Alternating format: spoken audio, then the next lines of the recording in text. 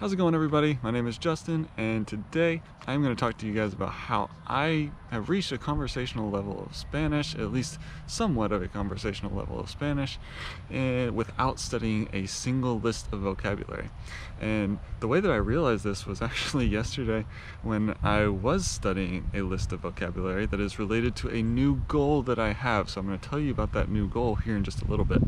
But the way that I realized this was I was studying a list of vocabulary in this book, and this is Complete Medical Spanish, and this is a new book that I just got that I want to kind of start working my way through. This relates to my new goal that I want to achieve with Spanish, so I'll tell you about that in a second. But so I was looking at that, and I realized, hey, this is not the most fun thing in the world, and I realized that I hadn't done any of it over the last 11 months of studying Spanish, and the reason is because it's just not that fun for me. So then how have I actually reached a conversational level of Spanish?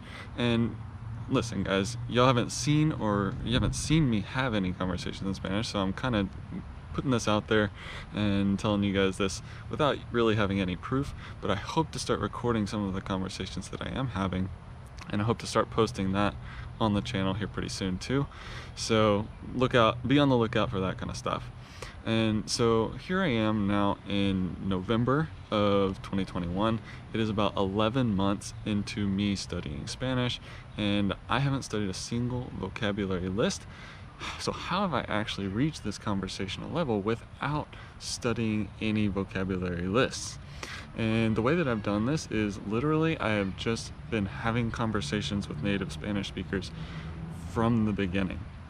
From the very beginning, I started reaching out to people in tandem. Tandem has been really valuable for me in meeting new people and having these kind of conversations with people where you can really just, kind of start learning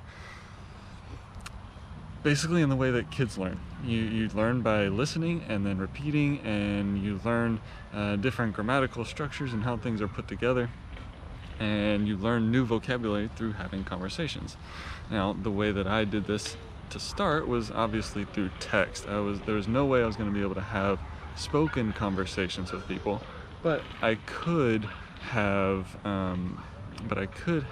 text conversations, because you can take that text, you can put it into a translator, and you can kind of get the general idea of what people are saying. And so that's been extremely valuable for me, and I've had those conversations with people, and through that I have learned a ton of new vocabulary, and it's basic everyday Spanish, it's basic everyday conversations.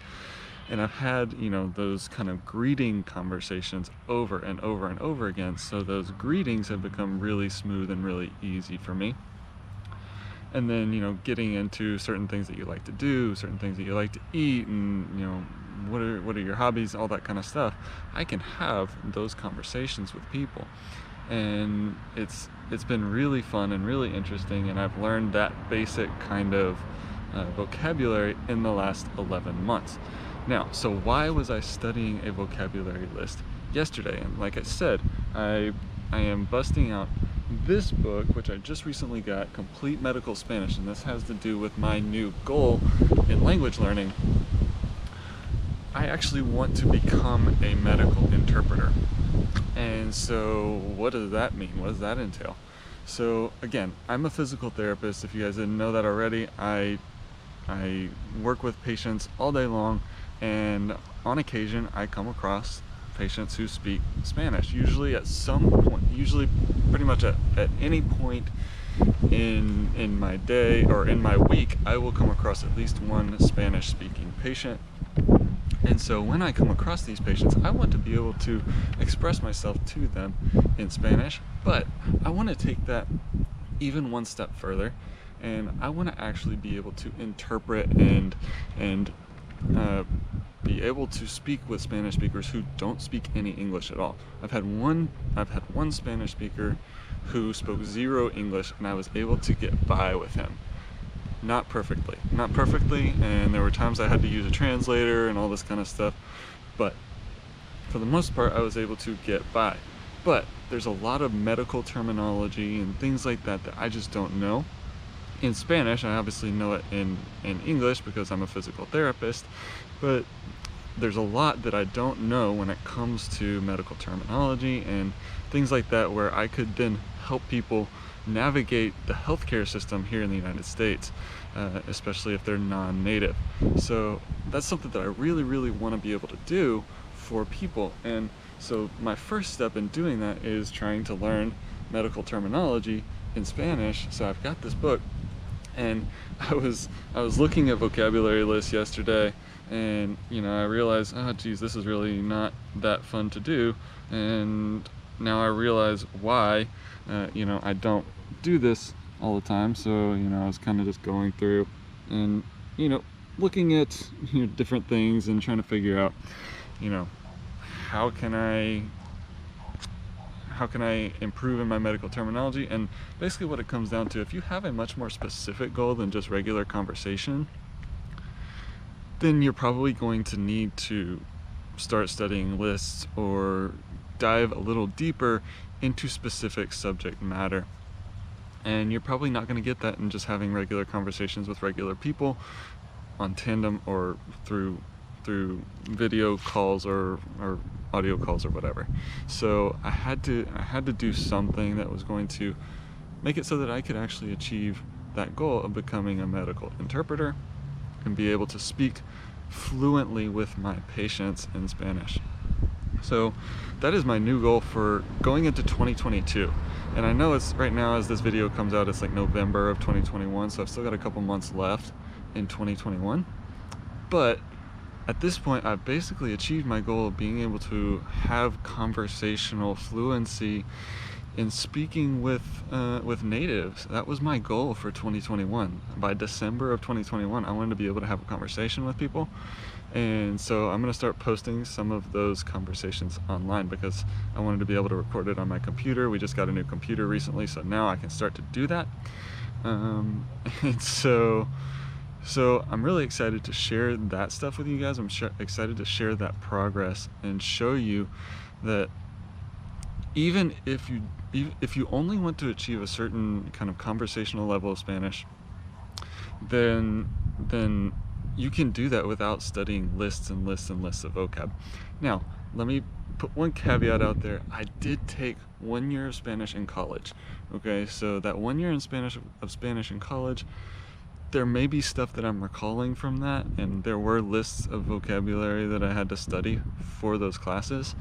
But in all reality, I feel like everything that I've learned, everything that I've gathered from as far as grammar goes or as far as vocabulary goes, I really believe that I've learned that mostly in the last 10 or 11 months. So can you achieve a conversational level of fluency if you don't have that much time, and if you're just having text conversations and things like that? Yeah, I think you can. As long as you're, of course, I'm doing other things too. I'm listening to podcasts. I'm doing a ton of listening to podcasts because I ride in my car all the time. So again, that's really important to make sure that you're doing a lot of listening. And it's interesting because I have native Spanish speakers ask me, how do I even get started with learning a new language? They realize that I've achieved a certain level of Spanish after a few months, after less than a year, and they say, wow, that's incredible. So how do you even get started? And so I've actually developed a little list of things that I do. And so leave me a comment down below if you want me to respond directly to you with that list of things. Leave me a comment down below of the like 4 things that I tell people that you need to do in order to achieve that kind of conversational level of fluency, and how you can do it as quickly as possible, even if you don't have a lot of time. So leave me a comment down below and let me know if you guys are interested in that, and I might even make a video on that at some point. Let me know if y'all are interested in a video on what those 4 things are that I always tell people. So that's all I got for you guys today. Again, I appreciate you guys for watching and listening, and I hope that you guys will continue to join me as I push toward my next goal of becoming a medical interpreter. Hopefully, I want to say by the end of 2022, but then, what the heck? Maybe by the middle of 2022. Who knows? Because really all you need to do to be a medical interpreter is you have to have a B2, roughly B2 level of Spanish, and I'm sitting here right now at probably high A1, high A2, low B1 kind of level.